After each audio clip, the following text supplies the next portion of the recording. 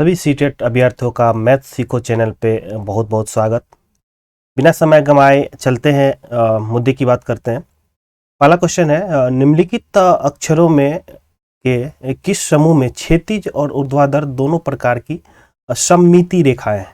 देखिए यहाँ बात कर रहा है हॉरिजॉन्टल एंड वर्टिकल का सममिति मीन्स सिमेट्री की बात कर रहा है। जब भी इस तरह की क्वेश्चन आए तो जो भी ऑप्शन दिया हुआ है उसको आप हॉरिजॉन्टली सबसे पहले कट कीजिए। ओके, जो भी है हॉरिजॉन्टली कट कर दीजिए।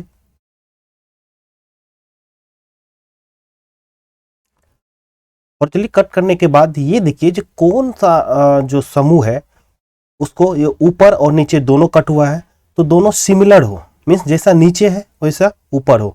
देखिए यहाँ सी को देखने से पता चल रहा है कि जो ऊपर भी वही है और नीचे भी यही है। आपको समझने के लिए देखिए सी इस तरह से बना हुआ है। अगर आप हॉरिजॉन्टली इस तरह से कट करते हैं तो जो नीचे पोर्शन है और ऊपर पोर्शन अगर एक दूसरे के पे मोड़ दिया जाए तो वो सिमिलर हो जाएगा, मतलब एक ही जैसा पैटर्न बनेगा। वो इस तरह से पैटर्न बनेगा।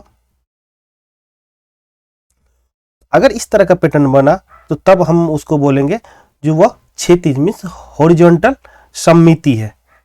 ठीक, जैसे यहाँ पे एक्स का उसी तरह से बन रहा है। लेकिन टी अगर इस तरह से है, आपने इसे हॉरिजॉन्टली काटा है तो अगर उसके एक दूसरे पर ओवरलैप करने पर ये टी का पोर्शन इस तरह से हो जा रहा है, जबकि वो एक जैसा दिखना चाहिए, एक जैसे पहले है उसी तरह से होना चाहिए। तो ये आपका पहले ही ये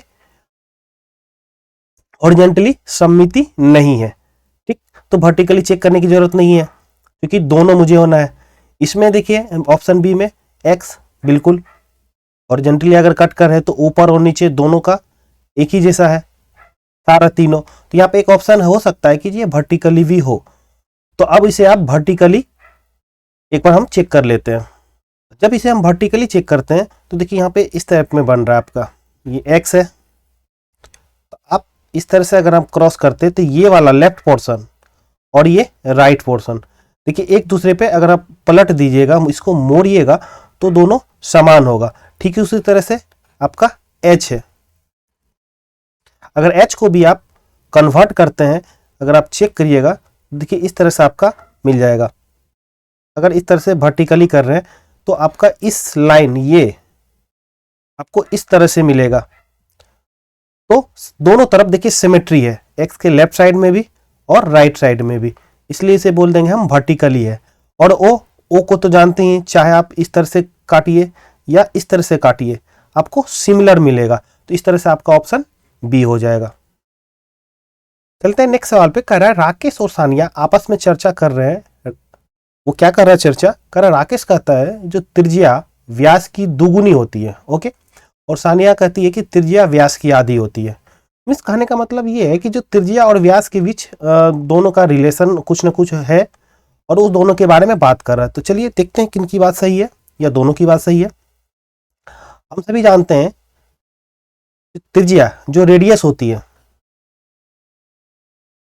ये हमेशा डायमीटर के आधी होती है, या उसे इस तरह से भी लिख सकते हैं आप 2 into R radius equal to diameter होता है। अब देख रहे हैं क्या कर रहा है, राकेश कह रहा है त्रिज्या जो है व्यास की दुगुनी होती है। त्रिज्या व्यास की दुगुनी होती है, ये राकेश का कहना है। लेकिन एक्चुअली में क्या है, जो त्रिज्या जो है वो व्यास की आधी होती है। तो चलिए, तो ये बात सानिया कह रही है जो त्रिज्या व्यास की आधी होती है, तो यही सही है एक्चुअली में। तो सानिया बिल्कुल सही है, लेकिन ये अपोजिट बोल रहा है, कह रहा है त्रिज्या व्यास की दुगुनी होती है। तो राकेश जी आप गलत हो गए और सानिया जी आप बिल्कुल सही है। तो सानिया सही है और मेरा राकेश गलत है। ओके, हो गया आपका बी ऑप्शन। नेक्स्ट सवाल है, कह रहा कि अड़िवा अंग्रेजी अक्षरों के गणितीय कोणों में ढूंढती है। निम्नलिखित में से किस समूह में उसे केवल समकोण मिलते हैं। कुछ समूह दिया हुआ है जो अक्षर का, वो उसमें समकोण ढूंढती है। जैसे इसको समझते हैं किस तरह से सवाल ये पूछ रहा है। तो जैसे यहाँ पे दिया हुआ है के, तो के में वो समकोण ढूंढना चाह रही है जो समकोण है या नहीं है, और यहाँ पे एच भी दिया, सपोज एच भी दिया हुआ है यहाँ पे, तो जैसे एच का ये कोण 90 डिग्री है, ये भी 90 डिग्री है, ये भी 90 डिग्री है, और ये भी 90 डिग्री है। मतलब कह रहा है कि जो ऐसा कौन सा समूह है जिसमें वो सारा समूह में जो भी लिखा हुआ है, जैसे एच है, 5 है, ई है, एन है, 4 है, एक्स है, इसमें 90 डिग्री किस किस में है उसका समूह ढूंढने के लिए कह रही है। देखिए इसमें तो बिल नहीं है, साथ में भी कहीं नहीं दिख रहा है, देखिए टी में है बट साथ में नहीं है, एक्स में नहीं है, 4 में भी नहीं है, एन में भी नहीं है, एच में देखिए समकोण मिल रहा है 5, जैसे दूसरा है 5, देखिए 5 को जब आप लिखते हैं तो 5 को इस तरह से लिखते हैं ना, तो आपका ये 90 डिग्री बना रहा है, तो एच में भी है, 5 में भी है। और चलते अब ई को चेक करते हैं, मेरा ई इस तरह से लिखते हैं आप, तो ई में ये 90 डिग्री है, ये भी 90 डिग्री है, ये भी 90 डिग्री है, तो अतः तो सी आपका ऑप्शन सही है, क्योंकि इस समूह में जो भी लिखा हुआ जैसे एच, 5 और ई तीनों में आपका 90 डिग्री बन रहा है। ओके, नेक्स्ट वाला आपका है, कह रहा है कि किसी संख्या की गुणनखंड, और ऑप्शन डैश है, डैश होते हैं, और उसमें से आपका है कौन सा ऑप्शन इसमें से सही होगा। सबसे पहले इसमें जानते हैं गुणनखंड के बारे में, एग्जाम्पल से समझते हैं गुणनखंड को। जैसे सपोज आपके 12 का गुणनखंड आपको निकालना है, ओके, तो 12 का गुणनखंड वो होता है जब किसी संख्या से अगर हम इसमें भाग देंगे तो वो पूरी पूरी कट जाए। ओके, तो शुरुआत करते हैं सबसे पहले 1 से, क्या 1 से 12 में भाग देने पे बिल्कुल कट जा रहा है पूरी पूरी। 2 से अगर हम 12 में भाग देंगे तो 6 टाइम में कंप्लीट हो जा रहा है। 3 से 12 को भागा देंगे 4 टाइम में, तो 3 भी इसका 12 का गुणनखंड हो गया। 4 हो सकता है, हाँ हो सकता है, क्योंकि 4 से अगर हम 12 में भागा देंगे तो वो भी पूरी पूरी कट जाएगा, तो 4 हो गया। 5 से अगर हम 12 में भागा देंगे तो नहीं कटेगा पूरी पूरी, इसलिए 5 नहीं हुआ। 6 हो सकता है, 7 नहीं होगा, 8 भी नहीं होगा। आप चेक कर लीजिएगा, सीधे जब भी यहाँ 12 है तो 12 का आधा 6 आधी, उसके बाद सीधा वो स्वयं संख्या ही उसका गुणनखंड होता है, ये भी आप याद रखिएगा। तो ये हो गया आपके गुणनखंड। सबसे पहले हम समझ गए गुणनखंड, किसी संख्या के गुणनखंड आप कैसे लिखते हैं। अब जो सवाल दिया हुआ वो सवाल को हम सॉल्व करते हैं। कह रहा है किसी संख्या के गुणनखंड डैश होते हैं, मतलब संख्या के क्या बराबर होते हैं या उससे कम होते हैं, या संख्या के बराबर या उससे अधिक होते हैं। ठीक, समझते हैं इस बात को। कह रहा है जिस तरह से 12 है तो 12 का गुणनखंड आपको ये बहुत सारा है, 1 2 3 4 6 और 12 भी है। तो क्या 12 का गुणनखंड 12 है? हाँ है, मतलब स्वयं संख्या भी उसका गुणनखंड होता है। किसी भी संख्या का गुणनखंड अगर हो तो स्वयं एक संख्या भी होता है, या उससे हमेशा जो भी छोटी संख्या होगी, कुछ जो भी संख्या होगी छोटी संख्या, उसका गुणनखंड हो सकता है। तो स्वयं भी हो सकता है या उससे छोटी, तो वही बात कर रहे हैं यहाँ पे, जो संख्या के बराबर होगी या उससे कम होगी। हम दूसरी भाषा में इसको इस तरह से समझ सकते हैं, जब भी किसी संख्या का गुणनखंड या तो संख्या के बराबर होगा या उससे कम होगा। ओके, हम यहाँ पे इसे देख भी चुके हैं, इसलिए आपका ऑप्शन ए सही आंसर है। नेक्स्ट सवाल है, कह रहा है जो वेणु को 25 सितंबर 2021 के दिन घर में सफाई करते समय उसे अपना जन्म प्रमाण पत्र मिला। ओके, उसने देखा कि उसकी जन्म तिथि प्रमाण पत्र में 5 दिसंबर 1995 लिखी थी। जब वेणु को प्रमाण पत्र मिला तो उसकी आयु लगभग कितनी थी? देखिए इस तरह से ये इस तरह का सवाल है जो आप अपना एज कैलकुलेट कर सकते हैं। नॉर्मल अपने नॉर्मल लाइफ में भी आप कभी ना कभी एज कैलकुलेट किए होंगे किसी ना किसी एग्जाम के लिए, तो ठीक उसी तरह का सवाल है। तो जब भी इस तरह का सवाल आए तो आप इसको इस तरह से सॉल्व कर सकते हैं। पहले ईयर, मंथ और डेट। ओके, जो करंट है, जैसे 2021 अभी का है, करंट का है, तो आप 2021 सबसे ईयर में 2021 लिखिए। मंथ सितंबर 9, क्योंकि अगस्त 8 होता है तो सितंबर 9 हो गया आपका एक ज़्यादा। और डे यहाँ पे हो गया 25। ओके, अब जिस दिन से निकालना हो, जैसे उसके डेट ऑफ बर्थ है 5 दिसंबर 1995, तो ईयर हो गया आपका 1995 और दिसंबर है तो दिसंबर हो गया आपका 12 और यहाँ पे हो गया डे हो गया 5। अब इसमें से सिंपली आप इसको घटाओ कीजिए, तो 25 दिन है, उसमें से 5 गया तो 20 दिन तो हो गया नॉर्मली, लेकिन मंथ 9 है और 9 में से 12 मंथ को घटाना है, पॉसिबल नहीं है। तो हम चलो ईयर भाई के पास गए, बोले कि भाई मुझे कुछ पैसा दे दो। ठीक, तो जब भी ईयर देगा तो इसे 1 साल देगा, 1 साल का देगा, तो 1 साल यहाँ पे मंथ में है तो हम 1 साल को मंथ में कन्वर्ट कर लेंगे सबसे पहले।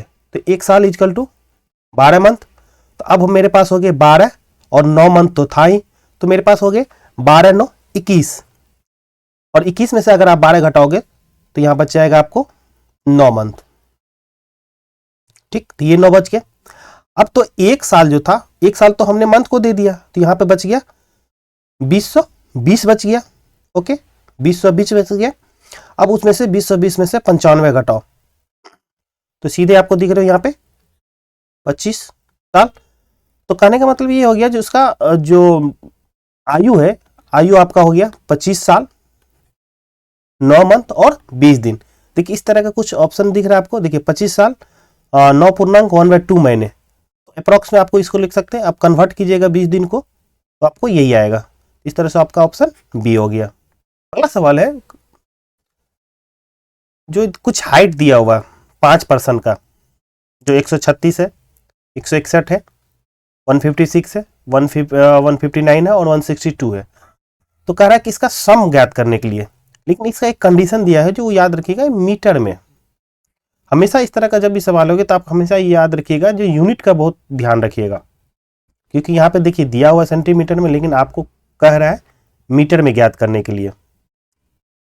ओके, तो सम पूछ रहा है, तो कोई नहीं, हम सम करते हैं इसका। देखिए 3 1 4 इकाई अंक पे है, 3 1 4 6 4 10 10 और 9 19 19 2 21, बच के 1 और बाकी का 2। ओके, देखिए यहाँ पे एक चीज फास्ट कैलकुलेशन के लिए यहाँ देख सकते हैं, देखिए 6 है, ये भी 6 है, ये भी 6 है, लेकिन ये 5 और 5 है, तो आप 2 को 2 है, इसको 1 दे दीजिए, 1 दे दीजिए, 6 हो जाएगा।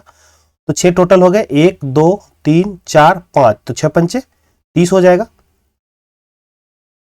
0 बच के 3 और संख्या टोटल है 5, तो 5 और 3 हो गए यहाँ पे 801। फिर से हम इसको हम कैसे फास्टली कैलकुलेट किया आपको फिर से एक बार बताते हैं। सिंपली जो यूनिट पहले इस पे है उसको हमने जोड़ा, तो बच 3 1 4 6 4 10 9 19 2 21 21 1 हासिल बच गया 2। ओके, 2 बचा। अब यहाँ पे देखिए 5 है और ये भी 5 है, दोनों को हमने इसको 1 दे दिया, इसको भी 1 दे दिया, तो हो गया ये 6 और ये भी हो गया 6। अब 6 टोटल कितना हो गया, 1 2 3 4 5, तो 6 पंचे 30, 0 30 का 0 बच गया 3, और इधर से 3 है ही, यहाँ पे बच गया 1 2 3 4 5 और वो था 8, तो 801 सेंटीमीटर हो गया। याद रखिएगा सेंटीमीटर हो गया, और मुझे ज्ञात करना है मीटर में, तो सिंपली उसे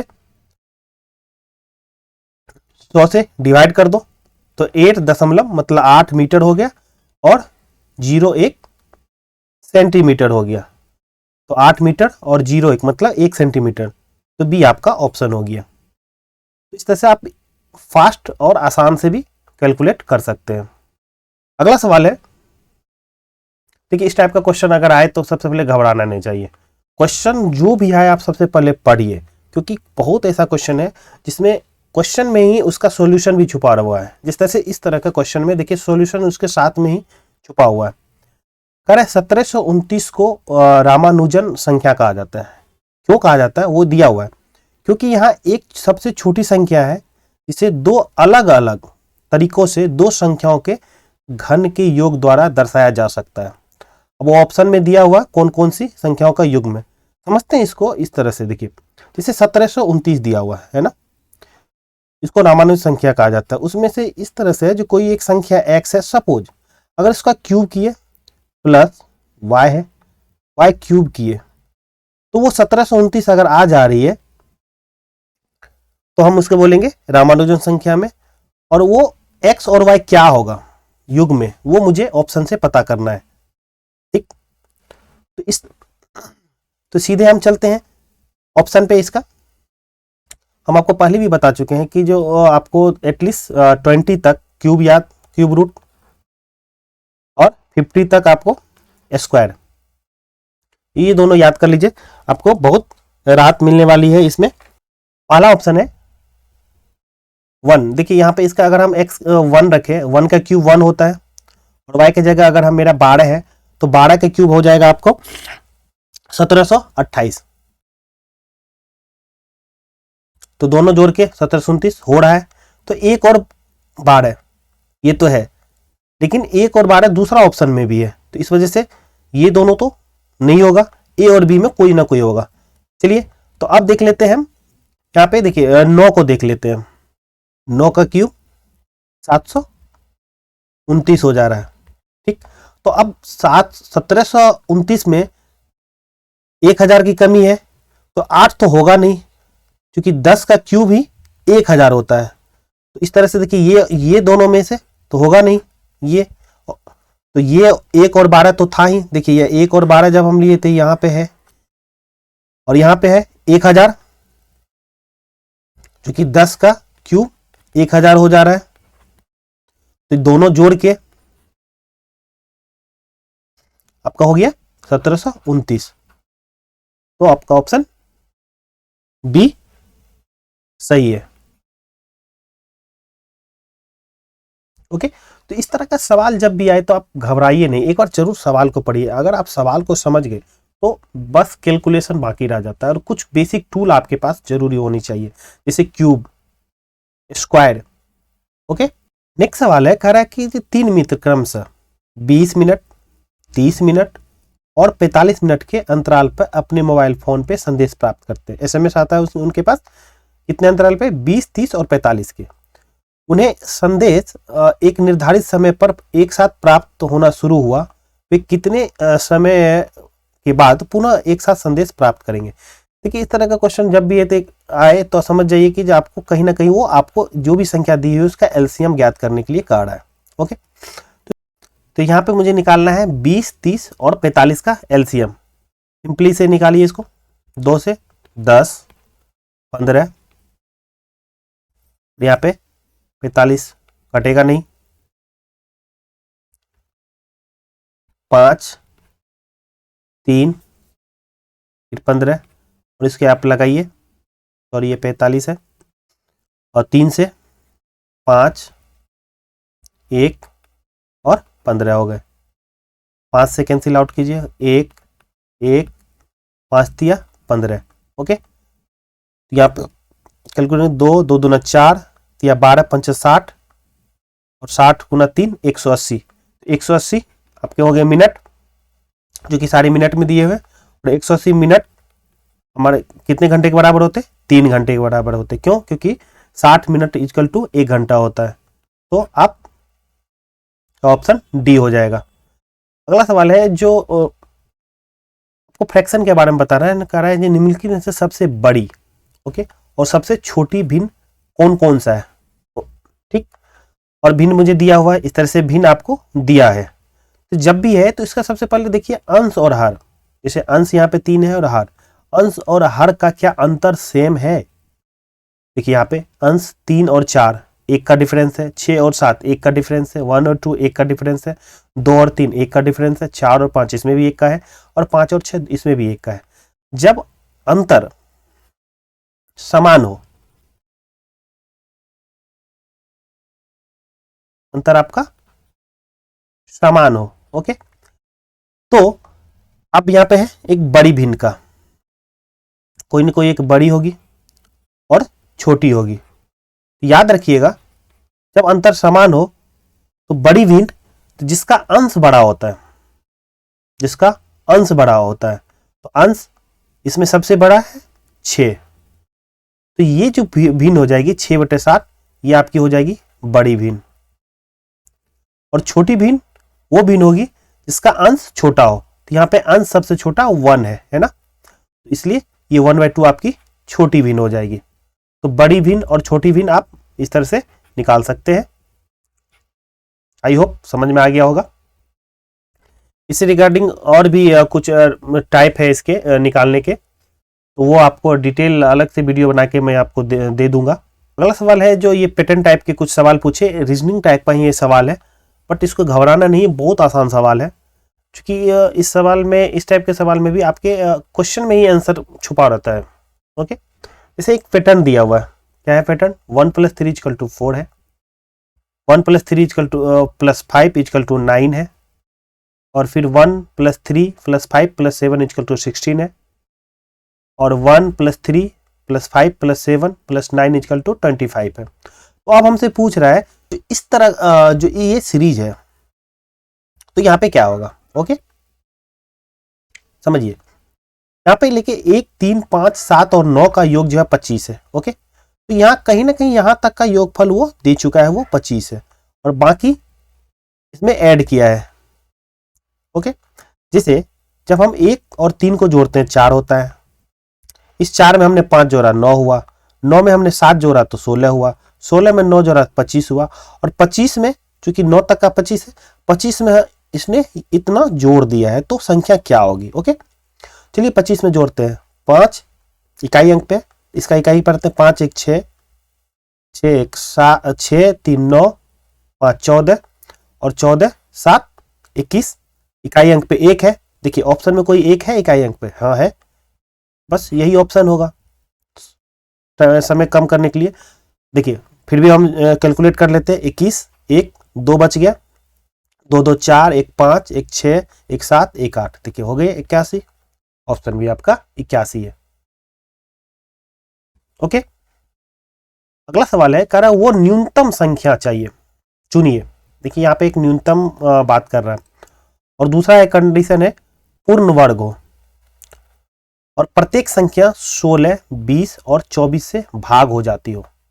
ये सबसे पहले न्यूनतम की बात किया है, न्यूनतम से ही आपको समझ में आना चाहिए कहीं ना कहीं हम एलसीएम की, क्वेश्चन एलसीएम की बात कर रहा है। ओके, और बाद में वो पूर्ण वर्ग भी हो गया, एक दूसरा कंडीशन भी वो जोड़ा है।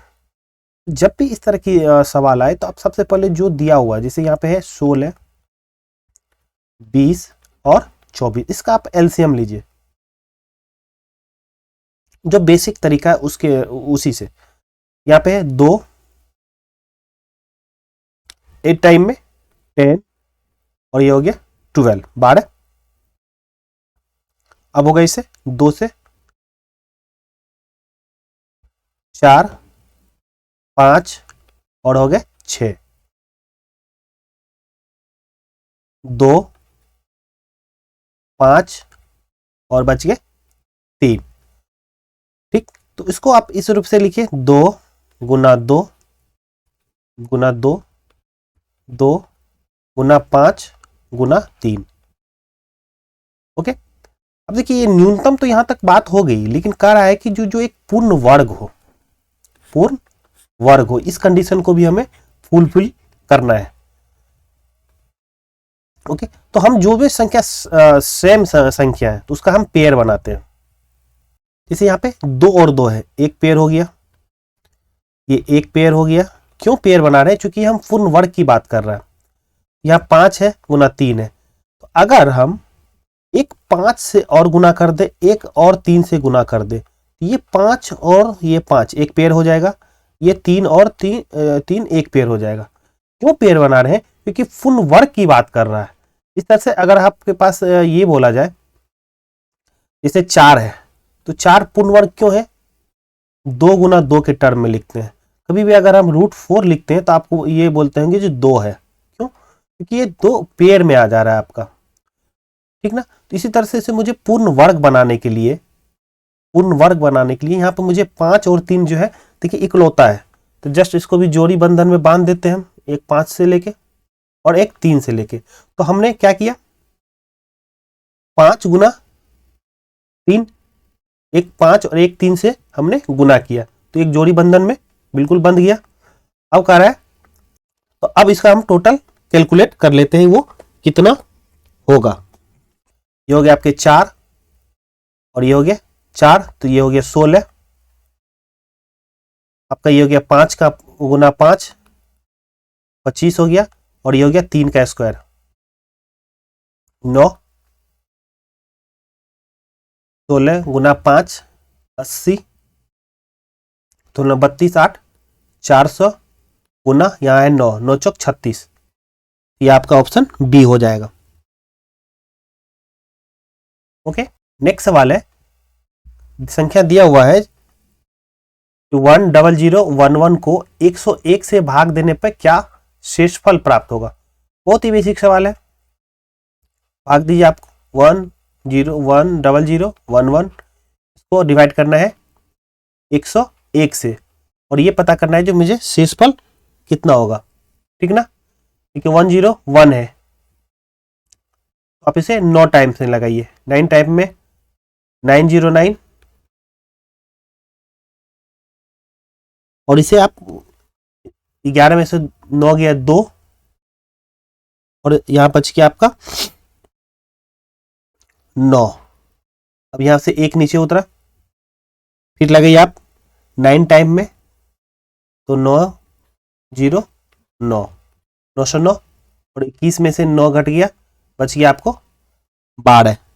ओके, तो शेष हो गया 12, और ये शेषफल भी कह रहा है, तो ऑप्शन आपका ये ऑप्शन हो जाएगा 12।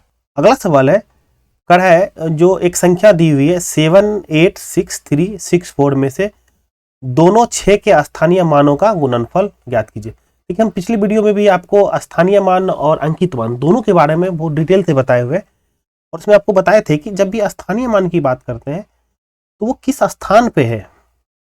जिस तरह से इस संख्या में दिया हुआ 78636 और 4, इसमें कह रहा है दोनों 6 के स्थानीय मानों का गुणनफल। देखिए, इसमें 6 के बारे में बात कर रहा है, तो 6 का स्थान इकाई दहाई, तो दहाई तो 60 हो गया, और इस 6 के स्थान की बात करें 6, और इसके बाद कितनी अंक है 1 2 3, तो इस पे 3 0 दे दीजिए, क्योंकि स्थानीय मान जब भी बात करें तो किस स्थान पे है उस पे वो डिपेंड करता है। अगर वो इकाई पे है उसकी अलग वैल्यू होगी, दहाई पे है अलग वैल्यू होगी, सैकड़ा पे है अलग वैल्यू होगी, मतलब कहीं ना कहीं वो स्थान पे डिपेंड करता है, क्योंकि वही अंकित मान हमेशा फिक्स होता है। पिछली वीडियो में हम आपको बता चुके थे। अब कह रहे इन दोनों का गुणनफल, तो 6 गुना 6 हो गए 36, और इस पे 1 2 3 4, 36 पे 4 0, लो भाई 36 पे 4 0, ऑप्शन सी, तो ये आपका आंसर है। तो आई होप आपको ये वीडियो अच्छी लगी है। अगर आपको वीडियो अच्छी लगी हो तो प्लीज़ आप इसे शेयर करें और इस चैनल को सब्सक्राइब भी करें, और कोई भी क्वेरी इसके रिगार्डिंग हो तो प्लीज़ कमेंट करें, ताकि हम उस पर वर्क करेंगे और इससे भी अच्छी वीडियो आपको प्रोवाइड करेंगे। Thank you.